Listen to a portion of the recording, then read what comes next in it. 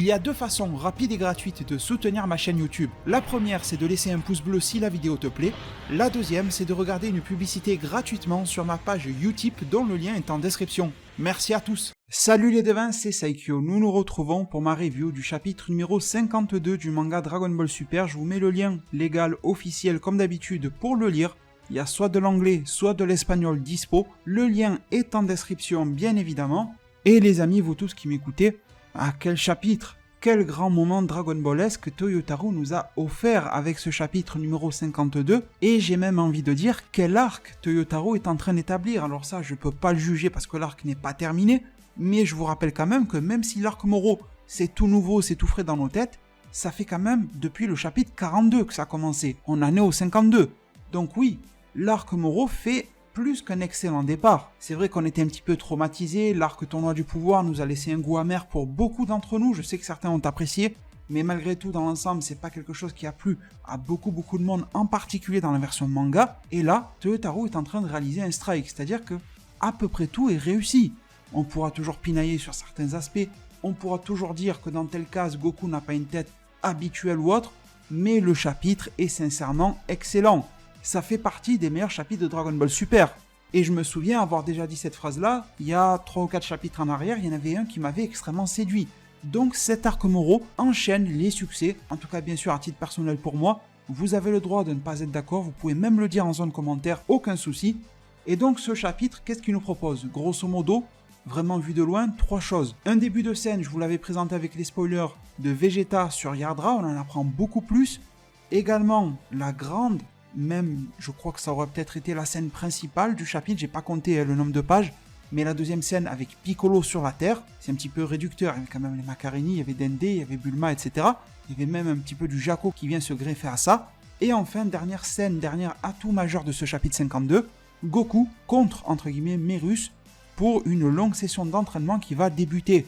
Et rien que par la structure que je viens de vous citer du chapitre, ça m'a séduit. On commence par Vegeta, c'était pas plus mal, et là, ça a été bien présenté par Toyotarou, parce que Vegeta était mis à l'honneur dès le début, mais à aucun moment du chapitre, je n'ai senti ce qu'on a senti dans les précédents, un Vegeta qui prenait la place du héros.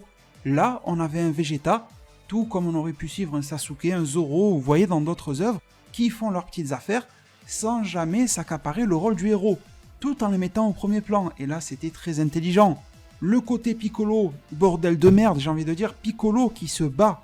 Enfin, Piccolo qui, au-delà de se battre, qui a une importance dans l'histoire. Piccolo qui fait quelque chose, alors je suis pas satisfait de 100% de sa prestation, je trouve qu'il aurait été un petit peu plus astucieux et judicieux le connaissant, mais malgré tout il a eu un extrêmement beau rôle, la mise en scène l'entourant a été parfaite, et ça a fait orbiter autour de lui beaucoup de personnages, Dende, Bulma, Jaco, les Macarini, et de manière beaucoup plus indirecte, Sagambo et Moro. Et pour conclure avec le héros, il est quand même là, Goku, qui va nous promettre beaucoup de choses de par son entraînement avec Merus et beaucoup de mystères que l'on va essayer de dégrossir aujourd'hui dans cette vidéo-là. Je dis dégrossir parce que je pourrais pas tout traiter dans les détails, sinon il va y avoir 2 ou 3 heures de vidéo, mais on va se faire des vidéos additionnelles supplémentaires dans les jours à venir sur cette chaîne YouTube. Donc pensez réellement à vous abonner et activer la cloche des notifications. On va se mettre au clair ensemble tous les sujets que je n'aurai abordés qu'en surface aujourd'hui, ou certains sujets que je n'aurai même pas approfondis aujourd'hui. On va se parler de tout très prochainement sur ma chaîne YouTube. Alors, dans ce chapitre, la phase Vegeta sur Yardra, première page, direct, Toyotarou il rigole pas. Quand je dis Toyotarou, bien évidemment, c'est accompagné de Toriyama, mais bon, ça me fait plaisir de dire Toyotarou parce qu'il s'en est tellement pris dans la gueule ces derniers mois. Quand il y avait quelque chose de mauvais, c'était la faute à Toyotarou et jamais Toriyama. Aujourd'hui, c'est réussi, et bien je vais m'amuser à dire que c'est grâce à Toyotarou, même si je sais pertinemment que Toriyama est très impliqué là-dedans. Première page, Yardra, on y découvre le peuple. On y découvre aussi les structures, les infrastructures. Je vous remets vite fait une petite image dans laquelle je vous en ai parlé dans ma vidéo de spoiler ici, donc je ne vais pas épiloguer là-dessus. Mais on peut voir que l'architecture de cette planète Yardra fait pas mal penser à ce que l'on peut trouver côté architecture de Freezer. Planète Freezer numéro 79, planète Vegeta de l'époque. Bref, vous me direz ce que vous en pensez en zone commentaire.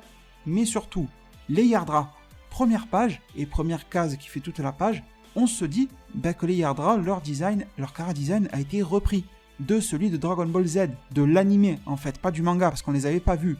Et c'est ce que l'on voit dès la deuxième case, on les voit de face, ils ont des têtes qui changent un petit peu comme nous, dans la vraie vie on n'a pas tous la même tête, donc on se dit que voilà, le peuple est comme ça. Sauf que Vegeta et son acolyte font leur entrée, et il arrive d'autres Yardra qui portent les mêmes vêtements, mais qui n'ont pas le même visage. Alors dans ce chapitre, ne cherchez pas, on ne nous explique absolument pas pourquoi il y en a qui ont une tête un petit peu à l'ancienne, et d'autres cette tête-là. Déjà, en termes de chara-design, ces deux personnages ont une origine, en tout cas ces deux choix.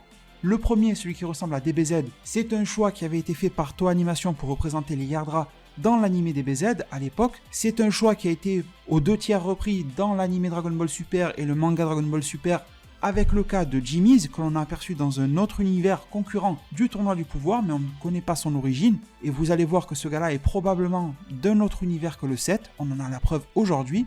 Et les petits trucs là qui ressemblent un petit peu à des slimes de Dragon Quest, eh bien ce sont eux aussi des Yardra, chara-design que l'on avait pu voir dans le jeu Dragon Ball Online, en vous rappelant que Dragon Ball Online a été extrêmement fortement influencé et dirigé d'une certaine manière par Akira Toriyama, aussi bien sur l'histoire, tellement que l'on peut considérer certains passages de ce jeu comme canon, et également sur le chara-design. Toriyama avait fourni son propre chara-design des Yardra, qui est celui-ci, ces petits trucs à tête d'oignon. Donc en fait, Taro et Toriyama, peut-être qu'ils n'ont pas su lequel adapter et ont choisi cela. Par contre, ce que moi je dénote, c'est le fait que les plus petits, donc ceux du chara-design de Toriyama, ont l'air d'avoir une importance hiérarchique, j'ai envie de dire, au-dessus de celle des autres qui ont la vieille tête un petit peu fripée dans ce monde de Yardra. Ça cache peut-être quelque chose, je ne sais pas, mais en tout cas, ce que l'on voit, c'est qu'ils leur disent « bougez de là, nous devons passer ». Et vous voyez qu'ils étaient en train d'observer les fripés, et ceux à tête d'oignon se ramènent face à Vegeta. C'est eux qui vont les accueillir, un petit peu comme les représentants du peuple. L'ancien de leur peuple, qui a appris la téléportation à Goku, également, même tête d'oignon, c'est pas un gars fripé. Donc il y a cette sorte de classification. Est-ce que, de par leur naissance, il y aurait certaines classes? Ça serait raciste, hein, mais bon, peut-être que c'est comme ça, dans le sens où il y en a qui seraient naturellement meilleurs, naturellement de manière innée faits pour diriger le monde, et d'autres qui seraient faits pour être des prolos chez les Yardra. Vous voyez ce que je veux dire? Je ne sais pas, mais c'est bien parti pour. Autre chose, pourquoi est-ce que je vous disais que Jimmy's n'est peut-être pas de l'univers 7? C'est parce que bien que son chara-design ressemble énormément à ce que l'on voit au début, eh bien vous remarquerez qu'il n'a pas les deux petits trucs ou plusieurs petits trucs qui pendent au niveau du bas des joues comme deux petites antennes. Donc il est tout à fait possible que ce Jimmy's ne provienne pas de l'univers 7, peut-être de l'univers 6 avec des équivalents Yardra, mais en tout cas cela reste à expliquer encore à ce jour. Je suis curieux, vraiment, de savoir pourquoi il y aurait deux types de chara-design chez les Yardra. Ça peut être naturel comme je l'ai dit, ça peut être aussi peut-être qu'il y en a qui ne sont pas des Yardra de naissance, peut-être que les Yardra de naissance sont ceux à tête d'oignon et qu'ils ont pris le dessus sur un autre peuple qu'ils ont colonisé. On les croirait très gentils, mais d'apparence ils ne le seraient pas tant que ça. Enfin bon, si Toyotaru veut faire une belle histoire par rapport à ça, il le pourra par la suite. L'autre chose, c'est les capacités aussi des Yardra, leur nombre. J'ai envie d'en discuter vite fait. Vous vous êtes rendu compte que les petits à tête d'oignon, en fait, il n'était qu'un. Il s'est démultiplié, histoire d'impressionner un petit peu. C'est un peu comme le multiclonage dans Naruto, c'est un petit peu comme ça. Le grand chef l'a montré, tout ça. Donc, peut-être que les Yardra sont beaucoup moins que ce que l'on pense, et que les Yardra à tête fripée que l'on voit au début, qui sont plutôt vachement nombreux, eh bien peut-être qu'ils ne sont que 2-3. Parce qu'on peut voir qu'il y a quand même 2-3 formes de tête différentes, mais si vous regardez bien, il y a aussi des doublons. Donc peut-être que certains se sont dédoublés parmi eux et qu'en réalité il y en aurait beaucoup moins, ce qui pourrait aussi cacher une triste réalité derrière le fait que le commando Ginyu a attaqué, parce que un de leurs représentants le dit, qu'ils ont été attaqués par le commando Ginyu. Alors bon, ça c'est le début concernant les Yardra. Ils ont fait aussi une rapidité scénaristique, une facilité, mais ça m'aurait choqué il y a quelques semaines en arrière. D'ailleurs, j'avais proposé une vidéo qui s'appelait « Comment est-ce que Vegeta va gagner la confiance des Yardra ?» Et vous voyez qu'elle est gagnée davantage, c'était la première option que j'avais citée dans la vidéo. Les Yardra pourraient être reconnaissants ou quoi par rapport à Goku, et qu'ils accepteraient Vegeta tranquille. C'est ce qui s'est passé. Ça m'aurait un petit peu titillé, j'aurais trouvé ça assez incohérent il y a quelques semaines en arrière, mais la manière dont me l'a présenté Toyotaru m'a séduit. Donc franchement, chapeau. Ensuite, Vegeta veut immédiatement savoir qui est celui qui lui a enseigné à Kakaroto la téléportation. Il se retrouve alors directement vers lui, c'est soi-disant leur chef, leur ancien, leur représentant Yardra. Il s'appelle Pibara. Les Yardra ont l'air très intelligents, ont l'air de maîtriser beaucoup de choses, mais aussi un petit peu bébêtes. Façon humour de Akira Toriyama, ils confondent le mec de la patrouille galactique avec Vegeta, alors que pourtant, celui qui ressemble le plus à Goku des deux, c'est quand même Vegeta, malgré leurs différences, mais bon. Bref, ça fonctionne plutôt bien en termes d'humour. On progresse dans l'histoire et on y apprend que les Yardra, eh bien, ils ne maîtrisent pas des tas et des tas de techniques. Ils maîtrisent une chose qui leur permet de faire beaucoup de choses par la suite. Le chef, là, Pibara, dit qu'en fait, les Yardra dévouent leurs recherches à une seule chose, et c'est à partir de là que leurs habilités sont nées. Et Vegeta répond, mais c'est quoi, dis-moi? Et Pibara dit que c'est le contrôle de l'esprit. Et on nous fait comprendre que Goku appelait cela le ki. Donc en fait les devins c'est la même chose. Contrôler l'esprit, contrôler le ki, c'est la même chose. Mais vous allez voir que j'ai une petite idée. Peut-être que c'est la perception qu'on en a qui n'est pas la même. Enfin, la perception de Vegeta et de Goku par rapport à celle de Yerdra qui n'en est pas la même si fondamentalement c'est la même chose. Et je vais également vous apporter ma théorie de pourquoi cela permettrait de contrer Moro. Là, je commence à comprendre un petit peu mieux. En tout cas, si je vois juste et que je partage le même point de vue que Toyotaru, ce qui serait un petit peu chanceux, mais pourquoi pas. En fait, donc, on nous explique que ça permet de se téléporter, de faire des espèces de clones, de devenir géant, enfin en tout cas de devenir plus grand. Et Vegeta a besoin d'apprendre ça. Alors, de base, si contrôler son esprit, ou si l'esprit c'est la même chose que le ki, j'ai envie de vous dire à quoi ça sert d'apprendre à le maîtriser, alors que Moro absorbe le ki. Si l'esprit égale le ki, et que le ki se fait absorber par Moro, en fait c'est juste 100% logique que Moro, peu importe comment tu l'appelles, il va te l'absorber ton esprit ou ton ki. Je pense qu'il y a quelque chose dans la manière de l'aborder qui va changer les choses. C'est-à-dire que dans la manière dont Goku et Vegeta l'abordent, c'est déjà beau, c'est déjà beaucoup. Ils considèrent le ki comme un petit peu la base de toute chose, comme la base de toute forme de vie, d'énergie, un petit peu au sens des arts martiaux, de la culture asiatique, etc. Et c'est quelque chose d'extrêmement fort, ce qu'ils font, Goku et Vegeta, je remets pas ça en cause. Donc en fait, quand on parle de ki, on raisonne un petit peu en matière d'énergie, de quantité d'énergie à contrôler, d'énergie à balancer sur un adversaire, ou alors à l'utiliser comme un carburant, pour voler, pour se déplacer plus vite, pour avoir plus de force dans son corps. Et c'est une excellente base de départ. Mais si tu l'abordes en tant qu'esprit, eh bien ton point de vue change complètement. Et là, à tes yeux, ce n'est plus une forme d'énergie, mais ça devient le point d'accroche de l'énergie. Je pense, les devins, ce n'est que supposition, mais je pense qu'à partir de ce moment-là, tu te dis que ton corps ou ton esprit, en fait, devient le point d'accroche de l'énergie, et qui n'est pas réellement l'énergie en lui. Et du coup, qu'est-ce que ça change? Si tu le vois comme une énergie qui bouge, qui est mouvante, Moro peut l'absorber et l'attirer vers lui, comme s'il avait un aimant ou un aspirateur. Mais si tu es le point d'accroche, c'est toi qui tiens l'énergie. Moro aura beau tirer, si tu tiens assez fort et que tu la contrôles assez fort, c'est comme s'il y a du vent et que tu portes une casquette ou autre, et que tu le tiens sur ta tête ou tes lunettes, je sais pas quoi, ça va pas s'envoler, parce que tu as créé un point d'accroche. Donc je pense, les devins, que c'est cette manière de changer la perception des choses qui va faire que une même chose ne sera plus absorbable, du moins chez Vegeta, par Moro. On verra bien si l'avenir me donnera tort ou raison, dans tous les cas ça sera cool je pense et j'espère, mais c'est vrai que j'aimerais bien que cette visualisation des choses puisse se réaliser, ça permettrait à Vegeta de faire un travail interne sur lui-même. Alors les devins, ça n'est fini de Vegeta dans ce chapitre-là, nous avons une petite transition sur Goku qui ne va pas durer longtemps et nous passons sur Piccolo. Et donc avant d'en arriver à Piccolo, eh bien à Vegeta ça lui servira à beaucoup de choses parce que une fois qu'il le contrôlerait, il ne serait limité, j'ai envie de dire, que par son imagination. En tout cas, c'est ce que Pibara nous fait un petit peu comprendre. C'est comme ça que je l'ai perçu. Il n'y a pas vraiment une liste de techniques à apprendre. C'est toi qui dois contrôler ça et après tu en fais ce que tu veux. Et ça, on a vu le résultat sur des personnages non combattants que sont les Yardra. Vegeta est un extrêmement bon combattant. Imaginez ce que ça va faire sur lui. Sachant qu'ensuite, là, je pense que Vegeta pourra utiliser ses transformations. Du moment où il maîtrise son esprit en tant que point d'accroche de son énergie, ça marchera. Là, de ce que j'ai compris, c'est pas uniquement pour maîtriser son corps de base, sa forme de base, et ne jamais se transformer. Je pense que c'est pour pouvoir tout exploiter et même plus, sans se faire absorber. C'est ce que je comprends de ce qui va ressortir de Vegeta et de la maîtrise de son esprit. Alors, pour Vegeta, ça sera l'esprit. Pour Goku, ça sera l'émotion, on va en parler un petit peu plus tard. Mais en attendant, nous devons transiter vers le cas de Piccolo. Nous avons une transition plus ou moins bien faite, je ne sais pas vraiment pourquoi le roi de la patrouille galactique songe à recruter Piccolo chez lui, pourquoi lui, pourquoi pas un autre, enfin bon, la blague sur Monaka était assez drôle, mais le cas Piccolo, j'ai senti que c'était plus une transition pour en mettre une, que pour en faire une intéressante. Ça sera un des tout petits points négatifs que j'aurais pu trouver dans ce chapitre, franchement c'est pas bien grave. Et bon, nous en arrivons tout de même à Piccolo, et nous avons quelque chose, une fois la transition un petit peu bancale passée, de très efficace. Piccolo en train de méditer, visage très sérieux, très fermé, c'est pas une méditation calme comme il a déjà pu le faire par le passé. Il n'est pas réellement en train de méditer, malgré sa position, il est en train de tenter une communication par télépathie avec le peuple de la nouvelle Namek. Il veut en savoir plus, malheureusement ils ont tous été décimés, il commence à avoir des doutes, mais il pense avec Dende que ce sont leurs pouvoirs qui ont des limites et que la nouvelle Namek est loin, mais Piccolo est sûr et certain que quelque chose de très grave se passe dans l'espace. Et rien que là, le cadre, la pression de la menace Moro s'installe sur la Terre alors que Moro n'a même pas mis un foutu pied ou une foutue patte de bouc sur la planète bleue. Par contre, ceux qui vont mettre un pied dessus, c'est le clan des Maccarénis, 2 frères et une sœur. Ils arrivent, ils veulent trouver leur fameux Blue Aurum sur Terre, et apparemment il y en aurait pas mal. Piccolo le sent, c'est un peu bizarre, je trouve que Dende ne le sente pas, j'ai trouvé Dende un petit peu à la ramasse, alors que quand même c'est lui le dieu, c'est pas Piccolo de la Terre actuellement. Donc on a toujours ce truc là dans Dragon Ball, quand tu mets un personnage en avant, il y en a forcément un autre qui passe en retrait. Dragon Ball a toujours du mal à gérer ça, le fait d'avoir un personnage qui reste juste à sa place, tranquille, et que l'autre soit mis en avant.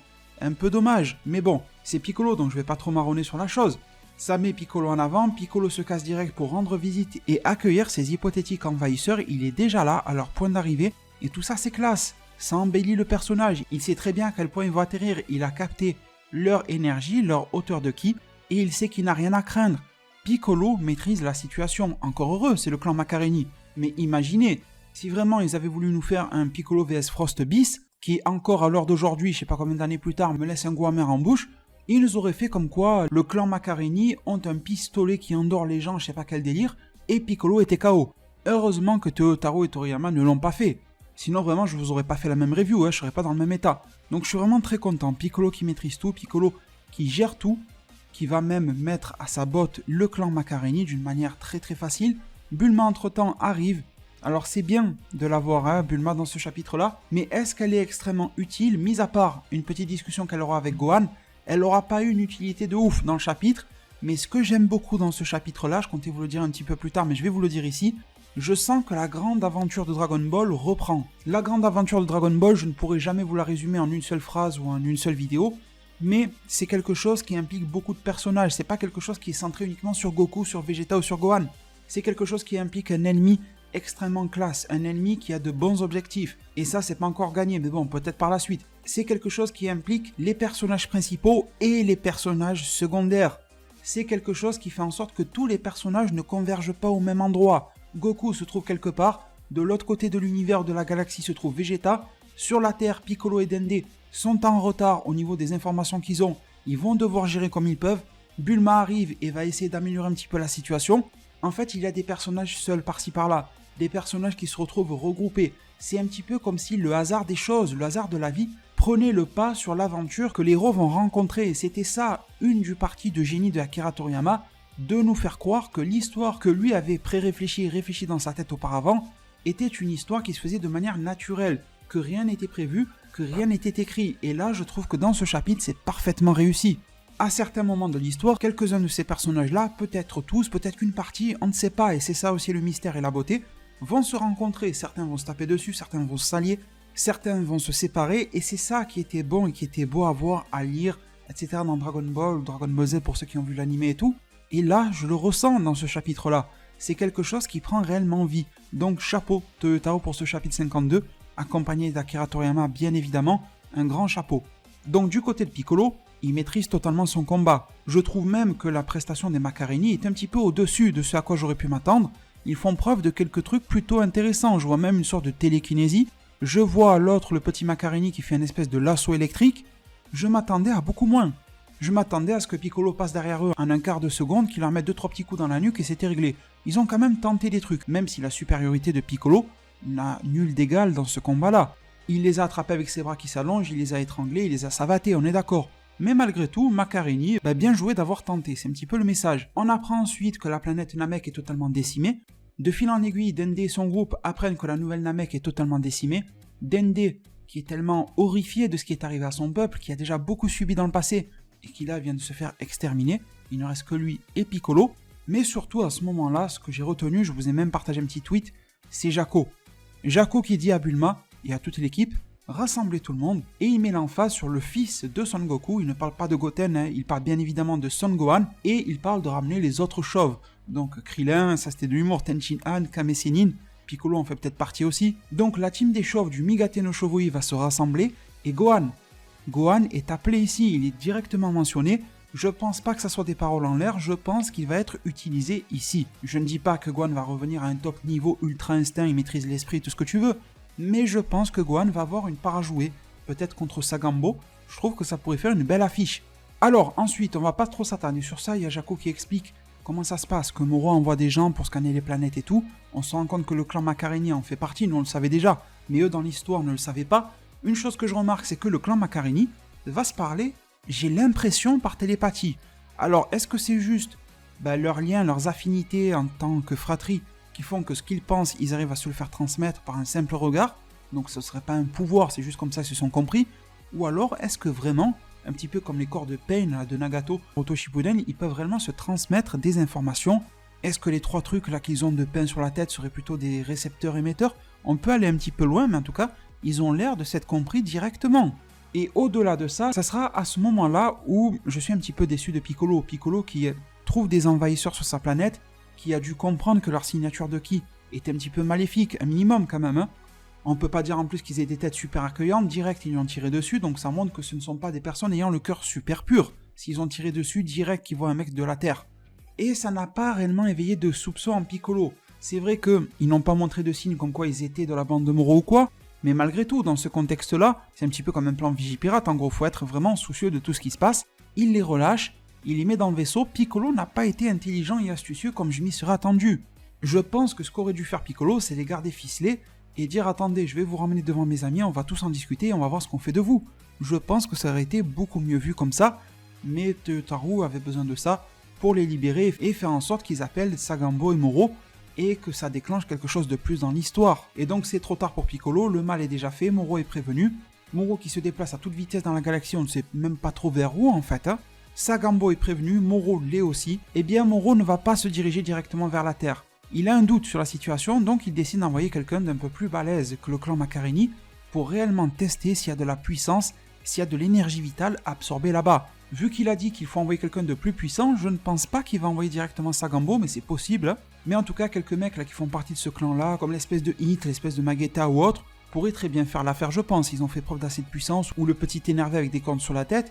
Bon, ça pourrait être déjà un bon début. Et pourquoi est-ce que Teutotaru n'envoie pas Moro direct? C'est parce que Teutotaru a d'autres plans pour Moro.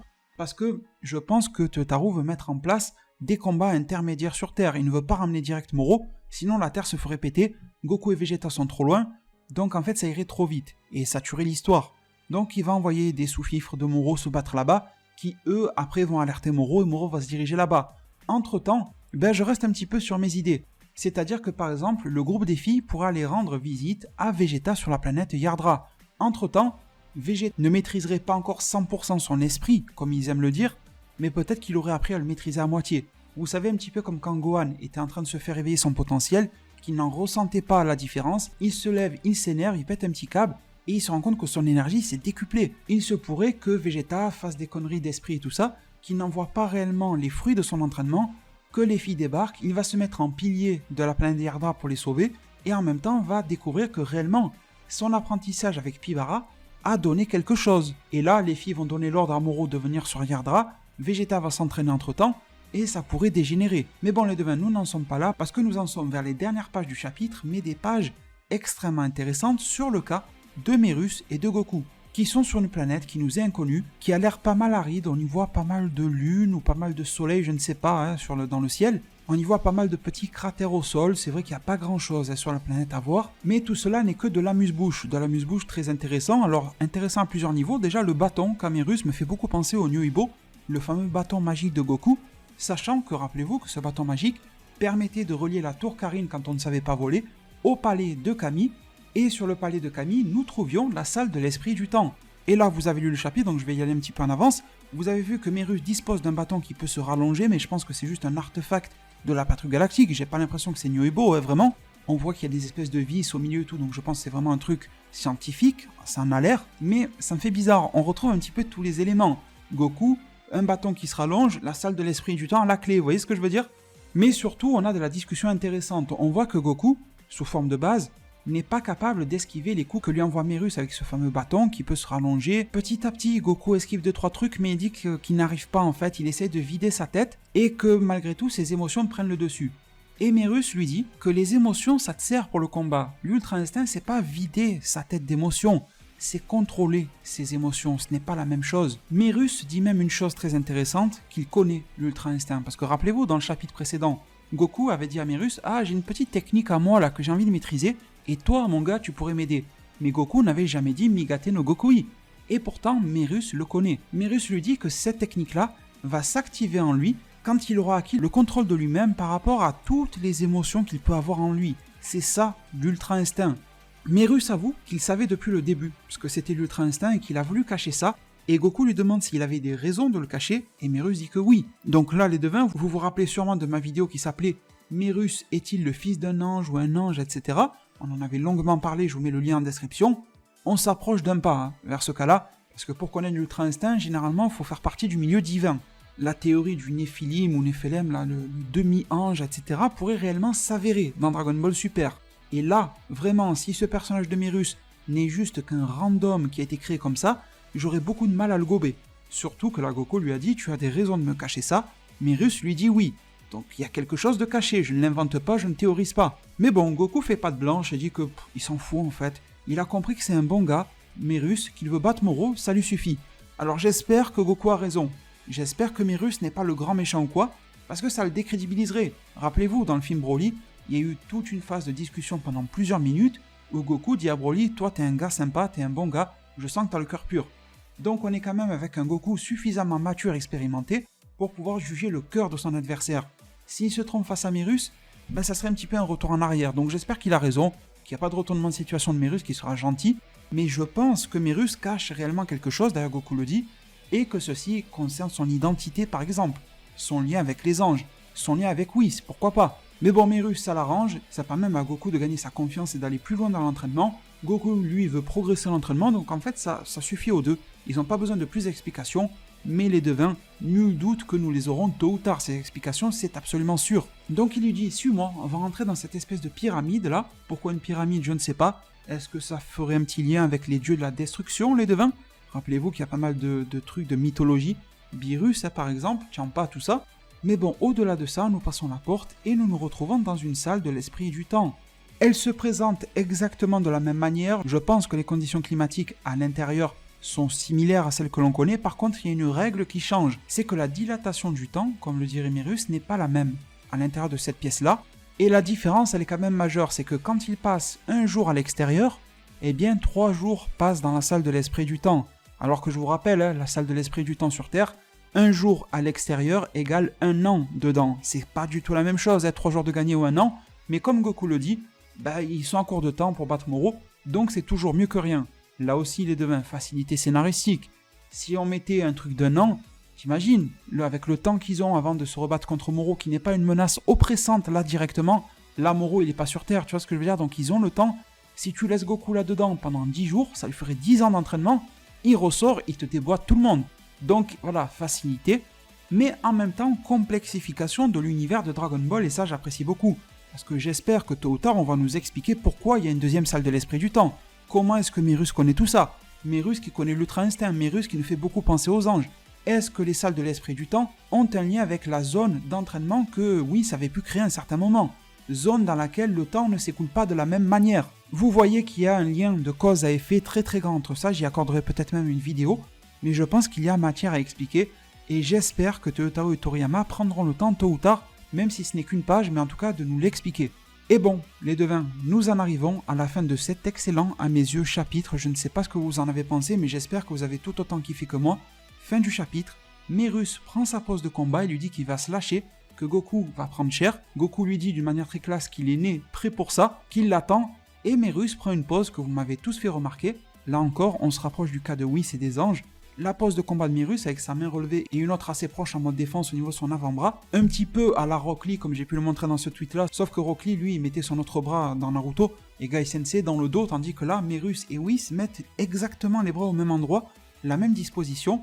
On se rapproche encore plus du milieu angélique. D'ailleurs, je pense que Goku va vite le remarquer ça, c'est peut-être même déjà fait. Peut-être que Goku sait déjà l'identité de Merus de près ou de loin et qu'il veut pas le dire pour pas le gêner, ça ne m'étonnerait pas.